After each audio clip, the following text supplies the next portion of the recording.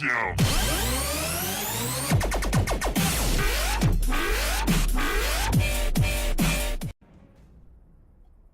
Hey, what's up guys, JackksPro here, and this is episode 3, I guess, of climbing Mount Olympia. It's going really well, as I said in my update video, if anyone watched that, but I think I'm on around level 20 or so now, and I have like almost 1,000 kills, so I think climbing Mount Olympia is definitely going to be achieved. It will be my favorite weapon. What I want to talk about today is kind of the strategies I have going for me during climbing Mount Olympia, and as you see right there, I kind of backed away from that guy because there's no way I'm going to win the pistol fight against him.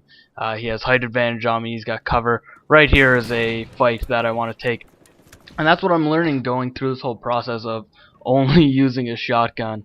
I wouldn't call it handicapping myself. I never thought, a lot of YouTubers say like, oh, I'm handicapping myself, or I'm going to use these stupid gun setups, but I'm not trying to prove.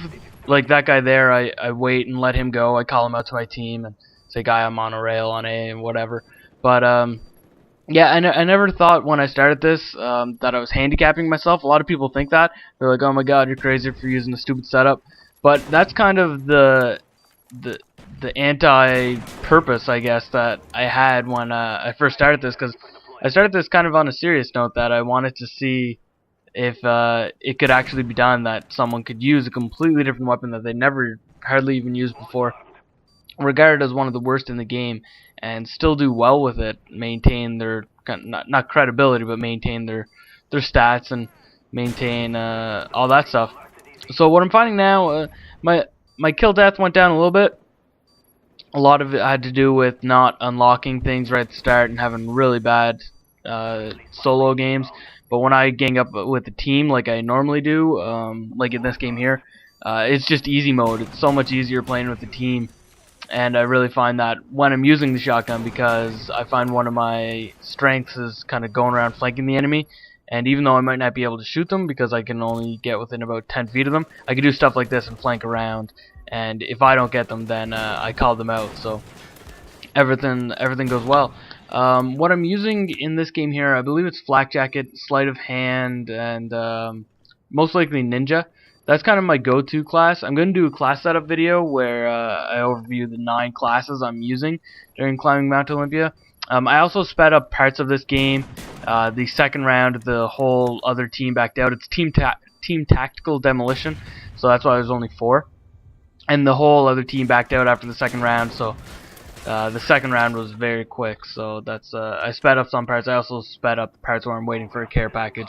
That's why I'm using the attack helicopter and care package setup, because, like I said, I'm an early prestige this game. I think I'm only level 13 or something in this game. No camo on the gun. I don't have my usual Yukon camo. I'm using the jammer, and I kind of like the jammer when I'm using the shotgun, especially if I plan on holding down an area, if I'm playing the objective. It's either going to be that or a tactical insertion. And I think that's one of the things that's killing me. As I play a lot of demolition or dominations and stuff, I want to be close to the objective, and the only way I could do that is by using tactical insertions, because I also have to get really close to the enemy. So yeah, I'd say one of the reasons why my kill death ratio went down is because I'm using so many tactical insertions. There was one demolition game on Convoy where I think I went 9 and 40, just because that's such a big map and so linear, and you spawn so far away from the bomb.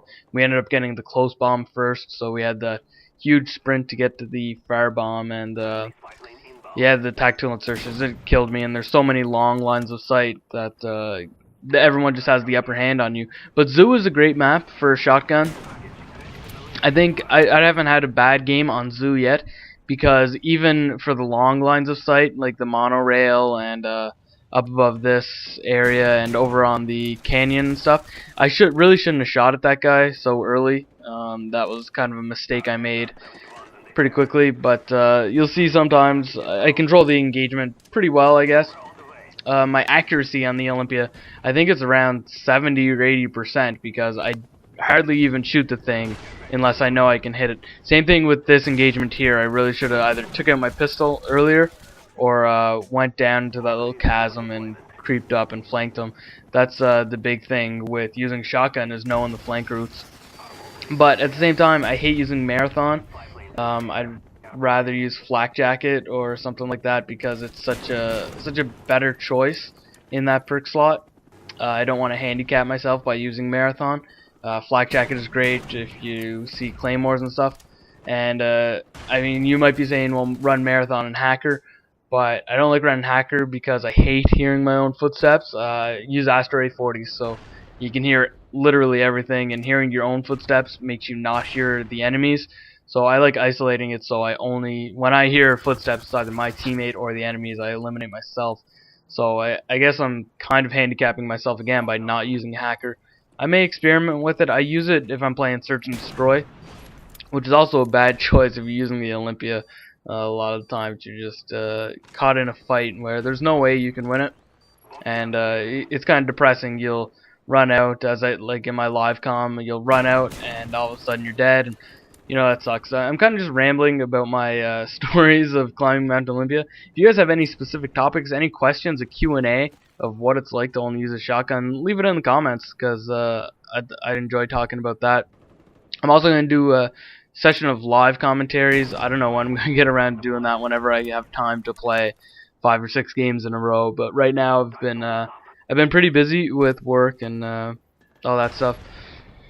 So yeah, right there is a great way. Using the concussion grenades is great. I find a lot of time though people still shoot you with the concussion grenades. I might switch to flashes later, see if they work any better.